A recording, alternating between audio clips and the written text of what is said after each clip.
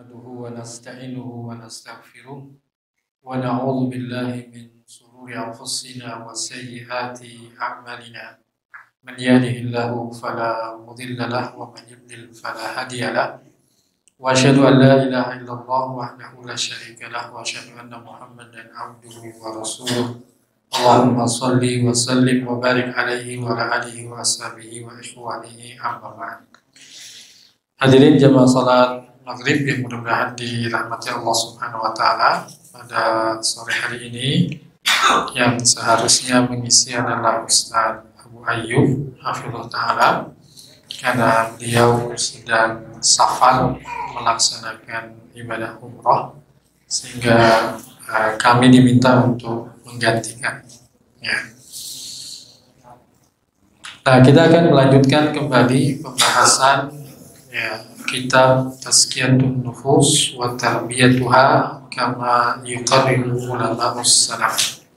Ya, penyucian jiwa dan tarbiyahnya sebagaimana yang disepakati oleh para ulama salaf.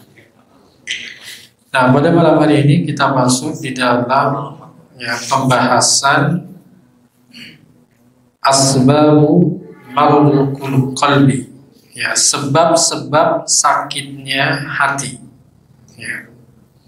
Apa yang menjadi penyebab sehingga hati itu bisa menjadi sakit, sebagaimana badan juga bisa menjadi sakit. Nah, maka muallif hafizah ta'ala mengatakan, fitnah-fitnah yang menimpa hati-hati manusia, maka itulah yang menjadi sebab hatinya menjadi sakit. Nah, jadi apa? Sebab yang menjadikan hati itu sakit adalah ketika hati itu menimpa fitnah, atau tertimpa fitnah. Nah, fitnah itu ada dua. Yang pertama adalah fitnatus syahwat, dan yang kedua adalah fitnatus syubhat. Fitnah syahwat dan fitnah syubhat. Apa yang dimaksud dengan fitnah syahwat? Fitnah syahwat ini adalah sesuatu yang menyeret manusia ke dalam kejelekan yang berkaitan dengan syahwat atau keinginan jiwa. Dan itu sesuatu yang sifatnya fitrah. Tetapi ketika syaitan itu menyelinap di dalam keinginan jiwa ataupun syahwat, maka itu bisa menjadi perbuatan dosa. Sebagaimana dalam surat Ali Imran disebutkan, zuina linnasi hubbu syahwati minan nisa wal banin wal qanatiril muqantarati minadh dhahabi wal fiddati, dan seterusnya. Itu sesuatu yang fitrah. Tetapi ketika syaitan itu menyelinap, maka sesuatu yang fitrah itu akan dibawa kepada kejelekan. Sehingga yang namanya wanita, anak, harta itu adalah fitnah. Sehingga Allah Subhanahu wa Ta'ala berfirman, innama amwalukum wa auladukum fitnah. Harta dan anak-anak kalian itu adalah fitnah. Nah, kemudian yang kedua disebut dengan syubhat. Syubhat itu sesuatu yang samar, tidak jelas. Nah, kenapa samar atau tidak jelas? Karena tidak ada ilmu dan keyakinan di dalam diri seseorang. Nah, sehingga syubhat itu sesuatu yang bisa menyambar hati seseorang, karena hati itu sifatnya lemah. Bahkan syubhat ini juga bisa menimpa orang-orang yang disebut dengan ulama. Artinya sekelas ulama pun juga sangat mungkin untuk terkena syubhat. Apalagi mereka yang bukan ulama, kemungkinannya sangat besar terkena syubhat. Nah, sehingga Imam Ad-Dhahabi rahimahullah pernah mengatakan asy-syubhatu qatafatun wal qalbu dha'ifun. Syubhat itu menyambar hati seseorang. Sedangkan hati itu sesuatu yang lemah. Ya, sesuatu yang lemah. Nah, dua fitnah ini ya akan mengakibatkan kepada dua hal yang bisa merusak manusia itu sendiri. Maka beliau menyebutkan fal-ula fitnah syahwat tujibu fasadul qasdi wal iradah. Itu akan mengakibatkan rusaknya niat dan keinginan. Wadhaniyatu tujibu fasadul ilmi wal i'tiqad. Sedangkan yang kedua itu fitnah syubhat akan mengakibatkan rusaknya ilmu dan keyakinan. Ya. Maka syahwat itu ya harus dilawan dengan kesabaran. Sedangkan syubhat harus diobati dengan ilmu dan keyakinan. Nah, kenapa? Karena kedua hal tersebut akan merusak ya manusia. Merusak dari sisi niatnya, merusak dari sisi ilmu dan juga apa? Keyakinan. Dan inilah dua pintu syaitan di dalam merusak manusia. Imma itu syahwat, imma itu apa? Syubhat. Nah, sehingga Rasulullah SAW menjelaskan tentang ya dua fitnah ini yang bisa berdampak kepada hati seseorang di dalam hadis riwayat Imam Muslim dari Hudzaifah ibnu Yaman radhiyallahu anhu. Ia berkata, Rasulullah SAW bersabda,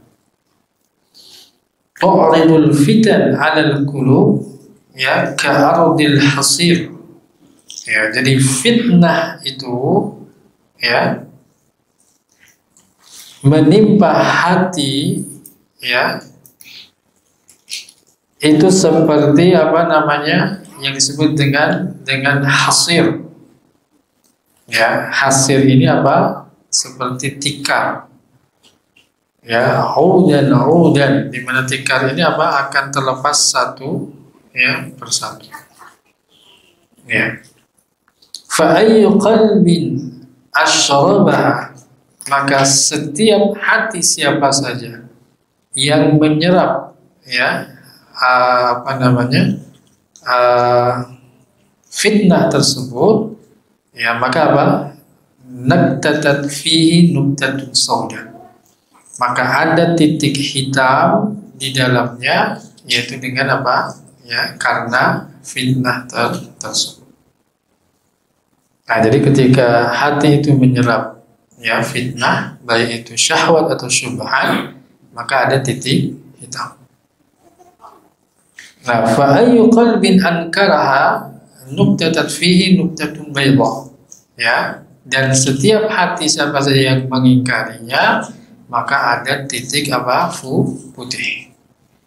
Ya, hatta ta'udul qulub ala qalbaini. Ya, sampai hati itu akan kembali menjadi dua hati. Ya, yaitu apa? Hati yang hitam, ya, di mana hati yang hitam ini apa? Tidak mengenal yang ma'ruf dan tidak mengingkari yang mungkar. Kecuali dia akan apa? Akan menyerapnya. Ya. Nah, sedangkan hati yang putih maka tidak ada yang membahayakannya. Artinya fitnah tidak akan membahayakannya ya selama ia apa? Ya berpegang teguh ya dengan kebenaran. Ya. Nah, sehingga nanti model hati itu ada dua tadi. Ada hati yang mudah untuk apa? Menyerap. Ya, jadi seperti namanya spon busa. Ya, spon atau busa itu kalau dimasukkan air maka dia akan apa? Menyerap. Ya, ada hati yang seperti itu. Ya, pokoknya apa, setiap syahwat syubhat itu diserap. Ya. Nah, sehingga ya Nabi SAW membagi hati, ya, ketika hati itu terkena penyakit fitnah itu menjadi dua, seperti yang disebutkan dalam hadis tadi. Yaitu hati ketika apa, fitnah itu menimpanya, maka dia akan apa, akan menyerapnya. Ya, kama yashrabu as-safnajul ma', sebagaimana spon busa itu apa, menyerap air. Sehingga nanti apa, air itu apa, busa itu akan berwarna sesuai dengan warna airnya. Kalau nanti busanya mungkin warnanya coklat tapi airnya hitam, nanti busanya menjadi apa, menjadi hitam. Ya. Nah, maka dia akan terus menerus untuk menyerap fitnah, ya, syahwat dan syubhat sampai akhirnya apa, ya, hatinya itu menjadi hitam. Ya. Nah, berbeda nanti dengan hati yang kedua. Ya, hati yang kedua ini adalah hati yang mengingkari syubhat dan syahwat. Ya, hati yang dipenuhi dengan cahaya iman. Ya, hati yang mengingkari fitnah dan menolak fitnah, sehingga dengan cara seperti itu akan bertambah cahaya dan kemilau hati tersebut, sehingga dengan mudah dia bisa mengenali mana yang benar, mana yang salah, mana yang hak, mana yang batil. Ya, berbeda dengan hati yang pertama.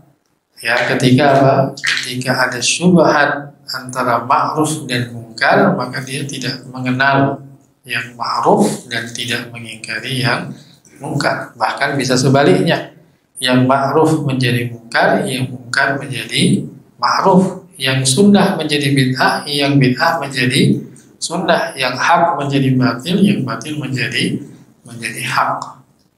Ya. Kenapa? Karena hati sudah tidak punya lagi cahaya. Ya. Nah, sehingga hati itu memang disifati dengan apa? Dengan cahaya. Ketika hati itu dipenuhi dengan apa? Iman dan ketakwaan. Sehingga Nabi SAW mengatakan at-taqwa hahuna. Takwa ini di sini. Ya, takwa itu ada di dalam apa? Hati. Ya. Nah, jadi ini adalah apa? Sebab sakitnya hati.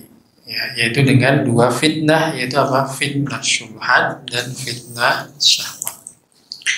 Nah, kemudian ya, hadirin jamaah salat maghrib yang mudah-mudahan dirahmati Allah Subhanahu wa taala, pembahasan berikutnya adalah tentang sumumul qalbi al-arba'ah. Racun hati yang 4. Jadi ada 4 racun hati yang bisa menimpa setiap orang. Nah, maka muallif hafizahullah mengatakan, "I'lam annal ma'asiya kullaha sumumun lil qalbi." Ketahuilah bahwasannya perbuatan maksiat seluruhnya adalah racun bagi hati. Wa asbabun limaradihi wa halakihi, dan menjadi sebab-sebab sakit dan hancurnya hati. Ya, wa hiya madadatun limardil qalbi wa iradatihi ghayra iradatillahi azza wa jalla wa sababun li ziyadati maradihi. Nah, maka apa? Ya, ketika racun itu ya betul-betul dia itu ya berpengaruh kepada sakitnya hati, maka keinginannya adalah apa? Ya, tidak sesuai dengan keinginan Allah Subhanahu wa taala. Nah, maka racun itu biasanya apa? Dia akan menjalar. Ya, dan itulah yang menjadi sebab ya akan bertambahnya apa? Sakitnya hati. Ya. Nah, jadi apa? Ya, hati itu bisa sakit. Hati itu bisa terkena racun, sehingga akhirnya bisa apa? Membinasakan ya orang yang memiliki hati tersebut. Nah, sehingga Al-Imam Ibnu Mubarak rahimahullah pernah mengatakan, ra'aita adz-dzunub atau ra'aitu adz-dzunub tumitul quluba. Saya melihat dosa itu bisa mematikan hati. Waqad ya yurisu adz-dzulla idmanuha. Bahkan bisa membuat ya kehinaan yang terus menerus. Wa tarkul dzunub hayatul qulub. Meninggalkan dosa itu apa? Menjadikan hati itu hidup. Ya khairun linafsik. Ya dia bisa ya memberikan kebaikan untuk dirimu, isyaniha, dan juga apa? Ya bisa menghilangkan ya perbuatan atau maksiat di dalam dirimu. Karena yang namanya meninggalkan dosa itu ya berbanding atau terbalik dengan atau berlawanan dengan melakukan ketaatan. Jadi manusia itu hanya dua saja pilihannya, imma dia dalam perbuatan dosa atau imma dia dalam ketaatan. Kalau dia tidak dalam ketaatan berarti dia apa? Berbuat dosa. Ya. Nah, barang siapa yang ingin hatinya itu selamat, hatinya itu hidup, ya, maka dia harus ya yatahallas, jadi melepaskan hatinya dari pengaruh-pengaruh racun tersebut. Ya. Dengan cara apa? Menjaga supaya racun-racun yang baru itu tidak masuk ke dalam hatinya. Nah, jadi kalau dibedah secara fisik, hati kita ini hati yang penuh dengan apa? Dengan racun. Ya. Dan racun itu adalah akibat dari perbuatan apa? Dosa. Ya. Kalau dibedah seperti itu. Ya.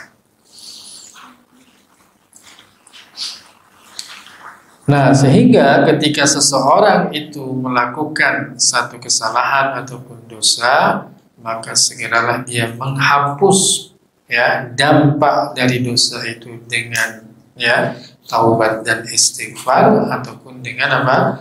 Kebaikan-kebaikan yang bisa menghapuskannya. Ya, maka disebutkan dalam hadis Nabi, kullu bani Adam khata'un wa khairul khata'ina at-tawwabun.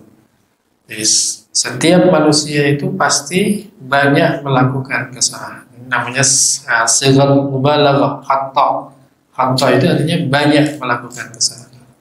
Wa khairul khata'ina at-tawwabun, dan sebaik-baik orang yang banyak melakukan kesalahan adalah apa? Orang yang banyak bertaubat. Maka taubat dan istighfar itu sesuatu yang bisa menghapuskan dampak daripada dosa. Ya, seperti itu.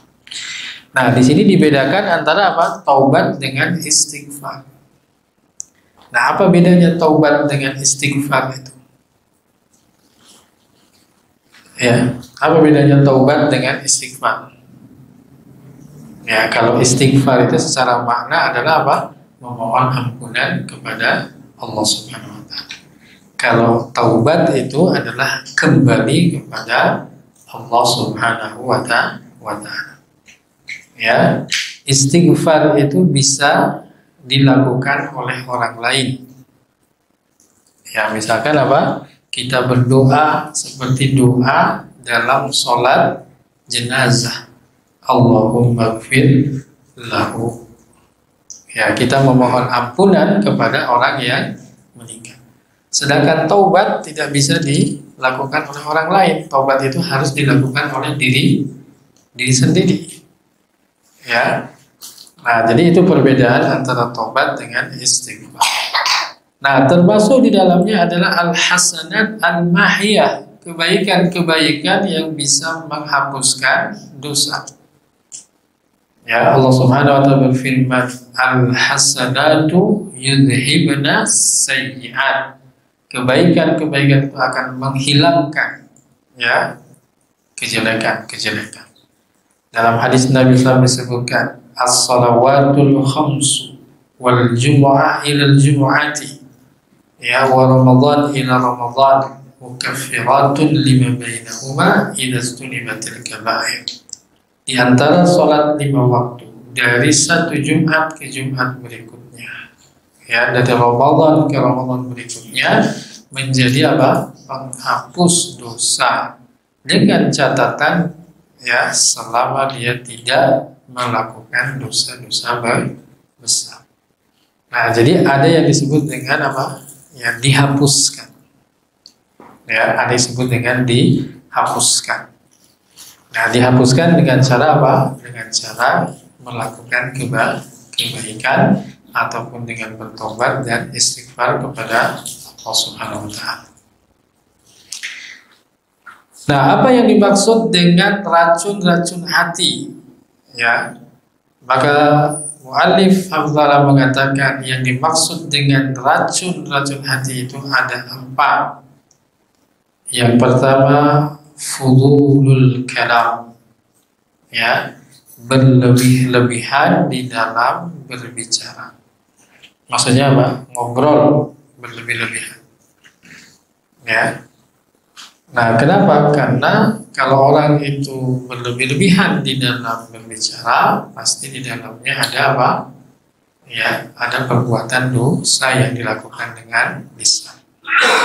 Baik itu membicarakan kejelekan orang lain, ya, baik itu misalkan ya menuduh orang lain, ya, dan lain sebagainya. Nah, jadi ini berkaitan dengan masalah apa?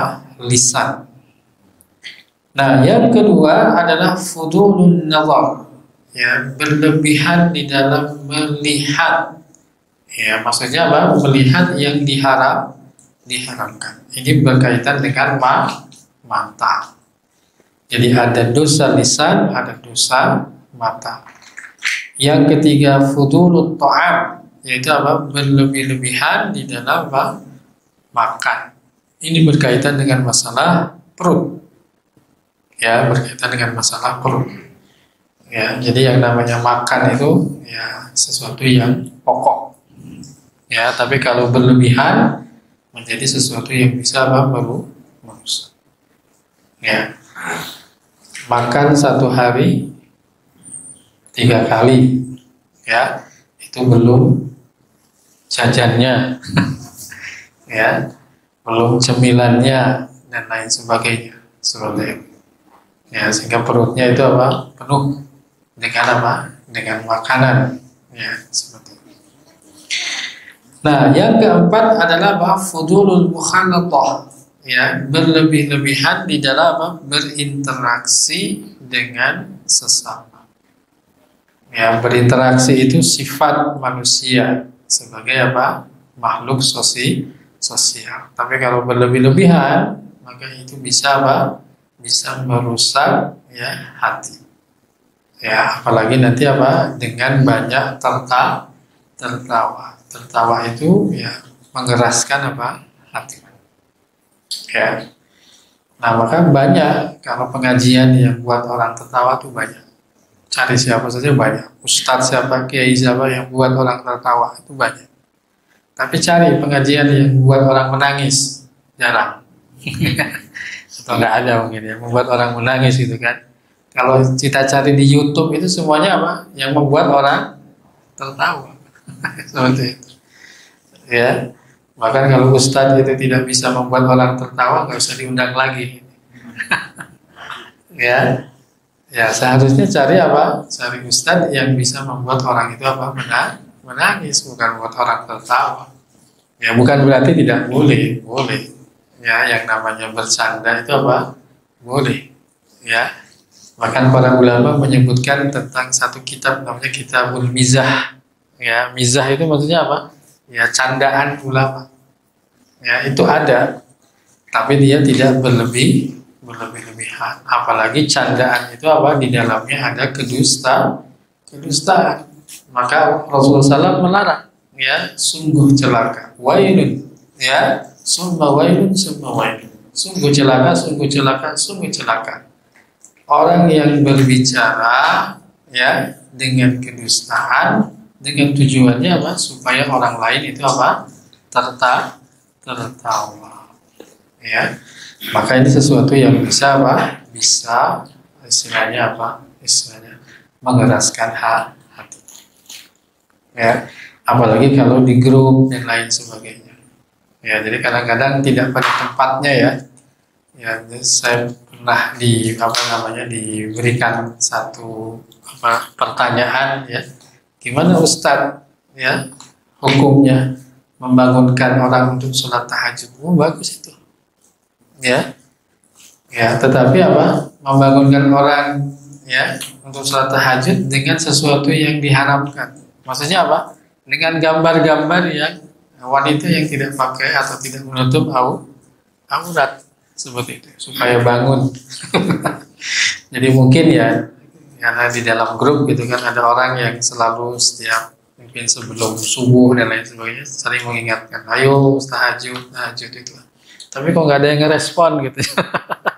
Ya, nggak ada yang ngerespon. Akhirnya mungkin kesel gimana? Dikasih gambar wanita yang tidak tutup aurat. Apa harus saya kasih ini supaya pada bangun katanya. Ya, ya tentu yang namanya membangunkan itu apa? Ya butuh keikhlasan. Ya tidak butuh respon. Bisa aja orang respon itu, oh saya sudah bangun tapi setelah itu tidur lagi. Kan bisa aja. Ya. Nah maka beliau menyebutkan apa? Wahia ashharu hadhihi sumum intisharan wa ashadduha ta'siran fi hayatil qalbi. Maka ini adalah apa?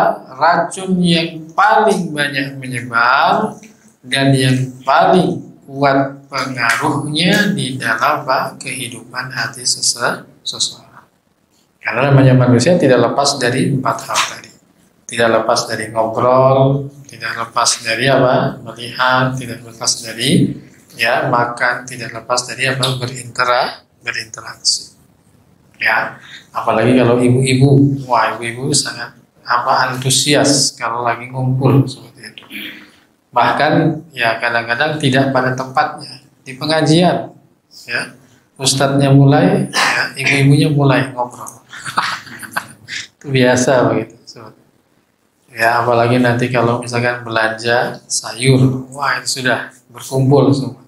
Jadi ibu-ibu yang menjual, si penjualnya ya selain dia penjual sayur, tapi dia juga apa? Punya banyak informasi. Sambil ngeladeni sambil cerita. Sambil kulaan begitu kan seperti itu. Ya. Nah, jadi kalau mau cari informasi tentang apa yang terjadi di kampung dan lain sebagainya, datangi majelis ibu-ibu ya di warung dan lain sebagainya. Ya, itu begitu. Jadi kadang-kadang ceritanya seperti apa? Cerita ya sinetron. Ya. Nah, ini adalah apa? 4 racun hati, yaitu fudulul kalam, fudulul nazar, fudulul ta'am, wa fudulul mukhaladah. Ya, berlebihan dalam berbicara, berlebihan dalam melihat, berlebihan dalam makan, dan berlebihan dalam berinteraksi. Nah, kemudian hadirin jemaah salat maghrib yang mudah-mudahan dirahmati Allah Subhanahu wa taala, kita masuk pada racun yang pertama yaitu apa? Fudulul kalam. Ya, berlebihan di dalam berbicara. Maka disebutkan dalam hadis Anas dari Rasulullah SAW, la yastaqimu imanu abdin hatta yastaqima qalbuhu. Ya, tidak istiqamah, tidak lurus iman seorang hamba sampai lurus hatinya. Wa la yastaqimu qalbuhu hatta yastaqima lisanuhu. Dan tidak lurus hati seseorang sampai apa? Lisannya itu apa? Itu lurus. Nah, maka di dalam hadis ini Nabi SAW mensyaratkan lurusnya iman, istiqomahnya hati, ya. Setelah itu apa? Disyaratkan istiqomahnya hati itu dengan apa? Istiqomah atau lurusnya lisan. Ya. Apalagi ya banyak penelitian, ya laki-laki itu, ya dalam 1 hari ya katanya begitu ya, bisa mengeluarkan kata sampai dengan 30.000 kata. Ya, itu keumuman begitu. Mungkin ada laki-laki yang pendiam gitu kan, jarang ngomong. Tapi 30.000 kata. Nah, berbeda dengan wanita. Wanita jauh lebih banyak, sampai 50.000 kata. Ya. Nah, jadi ya wanita itu apa? Ya istilahnya apa? Cerewet. Gitu ya. Cerewet. Nah, cerewet ini ada yang positif, ada yang negatif. Ya. Jadi banyak suami-suami yang akhirnya sakit karena apa? Istrinya cerewet. Gitu. Ya.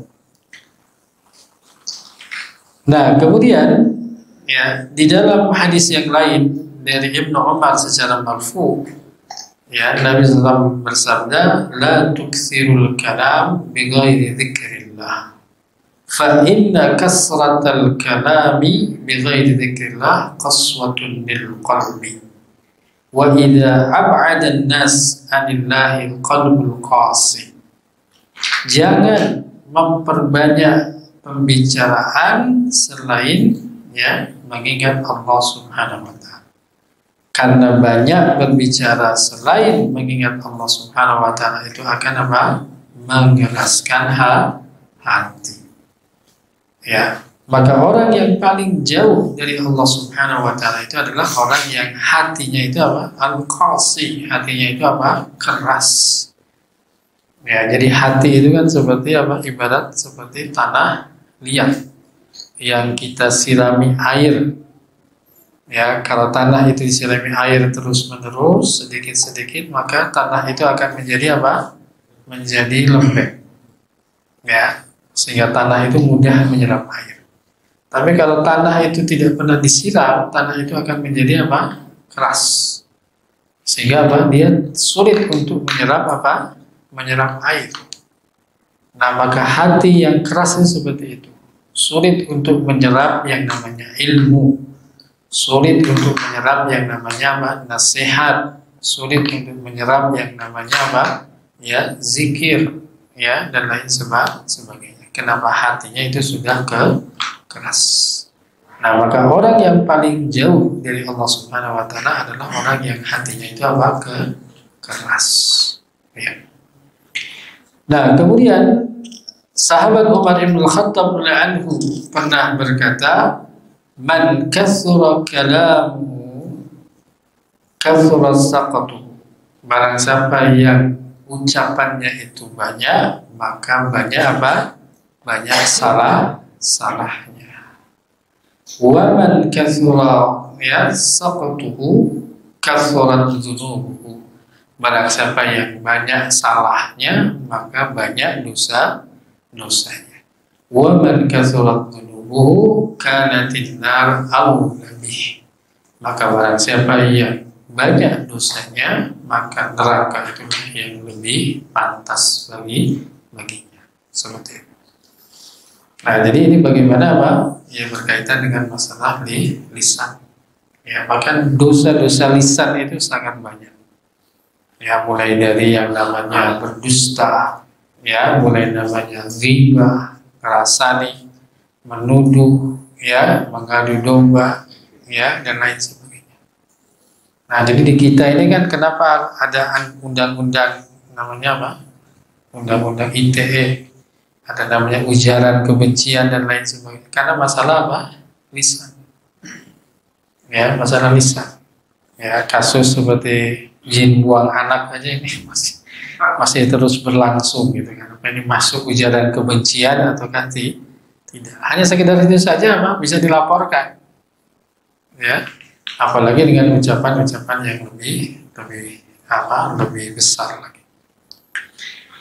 Nah, kemudian di dalam hadis Mu'adz, ya, radhiyallahu, ya, Nabi SAW mengatakan, ala ukhbiruka bimalaki dzalika kulli. Ya, tidakkah engkau mau aku kabarkan bimalaki dzalika kulli? Ya, dengan apa? Dengan penyangga dari hal itu. ya, bagaimana supaya kita tidak berlebih-lebihan, ya, di dalam berbicara. Maka Mu'adz bin Jabal mengatakan, bala ya Rasulullah, ya, tentu ya Rasulullah. Fa'akhadha bilisanihi, kemudian Nabi itu memegang lidahnya, lisan itu lidah, ya, kemudian mengatakan kaffa 'alaika hadza, maka tahanlah, ya, lisan ini jadi banyak berbicara. Nah, kemudian Mu'adz bin Jabal bertanya kepada Nabi Muhammad SAW, ya Nabi Allah, wahai Nabi Allah, wa inna lamu'akhaduna bima natakallamu bih, apakah kita akan diberikan, ya, dosa dengan apa yang, ya, kita ucapkan? Maka Nabi SAW mengatakan sakilatka ummuk, ya, jadi sakilatka ummuk ini artinya apa? Ya, sebuah doa, ya, doa dengan kebinasaan, ya, seperti itu. Jadi sakilaka ummuk ya Mu'adz wa hal yakubbun nasu fin nari ala wujuhihim aw qala ala manakhirihim illa hasaid alsinatihim. Jadi tidaklah manusia itu tersungkur, ya, ke dalam neraka di atas wajah-wajah mereka ataupun juga manakhir, hidung-hidung mereka, kecuali dengan apa yang dihasilkan dari lisan-lisan mereka, ya. Maka yang namanya lisan itu kadang-kadang kalau dilatih untuk sesuatu yang baik akan mudah untuk mengucapkan yang baik. Tapi kalau terbiasa untuk mengucapkan sesuatu yang tidak baik, maka dia akan juga mudah mengucapkannya, ya. Sehingga ya kadang-kadang ya, dari ucapan seseorang itu keluar ya, nama-nama binatang, ya, begitu. Kadang-kadang kalau lagi marah sama kucing, itu bukan nyebut dasar kucing, nyebutnya dasar babi. Ini kucing disebut babi.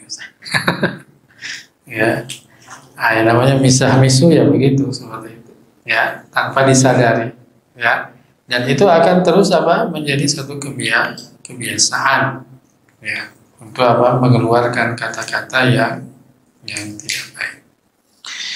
Nah, maka disebutkan al-muradu bihasaidi al-sinah, dan yang dimaksud dengan apa yang dihasilkan dari lisan adalah ya, yaitu balasan ucapan yang diharamkan, ya, dan juga ya, hukuman bagi dosa di lisan, ya. Nah, kenapa? Karena yang namanya manusia itu, ya, bisa menanam kebaikan dengan lisannya. Bahkan juga bisa ya, menanam kejelekan dengan lisannya. Sehingga itulah yang akan dibalas pada hari kiamat. Maka barang siapa yang menanam kebaikan, baik itu dengan ucapan ataupun perbuatan, maka dia akan memanennya dengan kemuliaan. Tetapi barang siapa yang, ya, menanam dengan kejelekan, baik itu ucapan atau perbuatan, maka dia akan mendapatkan penyesalan. Nah, bahkan Nabi SAW, ya, menyebutkan tentang dua hal yang bisa atau yang paling banyak memasukkan manusia ke dalam neraka. Ya, aktsaru ma yadkhulun nas an-nar al-ajwafan. Ya, jadi hal yang paling banyak memasukkan manusia itu ke dalam neraka adalah al-ajwafan. Ya, yang pertama adalah al-fam, yaitu mulut, dua lubang. Ya, dua lubang. Yang kedua adalah al-farj, yaitu kemaluan. Jadi antara lisan, bibir dengan kemaluan itu adalah dua hal yang paling banyak memasukkan seseorang ke dalam neraka. Nah, kalau kita lihat di dalam sirah Nabi SAW, ya, ada yang disebut dengan peristiwa namanya hadisul ifki. Nah, hadisul ifki itu berkaitan dengan masalah ya berita bohong, dan itu berkaitan dengan di lisan, ya di mana Aisyah radhiyallahu anha ya difitnah untuk apa? Melakukan perselingkuhan dengan sahabat Safwan bin Mu'attal, ya. Nah, sehingga apa, peristiwa ini akhirnya apa, mengguncang rumah tangga Nabi SAW, dan itu berkaitan dengan masalah apa? Lisan. Nah, bahkan hal-hal yang ya besar ya bisa terjadi itu sebabnya karena apa? Lisan. Ya, salah paham, ya, kemudian ya baper dan lain sebagainya. Ya, itu karena masalah apa? Lisan. Ya, kalau untuk sekarang ya tidak hanya lisan, tapi juga namanya tulisan di media sosial dan lain sebagainya. Ya. Nah, jadi ini hadirin jamaah salat maghrib yang mudah-mudahan dirahmati Allah Subhanahu Wa Taala, berkaitan dengan racun yang pertama, yaitu apa? Ya, fudulul kalam, ya, berlebih-lebihan di dalam berbicara ataupun ya ngobrol seperti itu. Ya. Nah, untuk malam ini kita cukupkan dulu karena waktu yang tidak memungkinkan, ya. Wassalamualaikum warahmatullahi wabarakatuh. Alhamdulillah. Masih ada waktu enggak? Sudah masuk Isya? 5 menit lagi ya? Ya, kalau ada pertanyaan kami silakan kalau ada pertanyaan. Monggo kalau ada pertanyaan dari hadirin, baik materi ataupun yang lainnya silakan boleh. Ya. Ada tidak? Tidak ada. Ya. Kalau tidak ada ya kita cukupkan ya untuk pertemuan malam hari ini. Subhanakallahumma wa bihamdika asyhadu an la ilaha illa anta astaghfiruka wa atubu ilaik. Wassalamualaikum.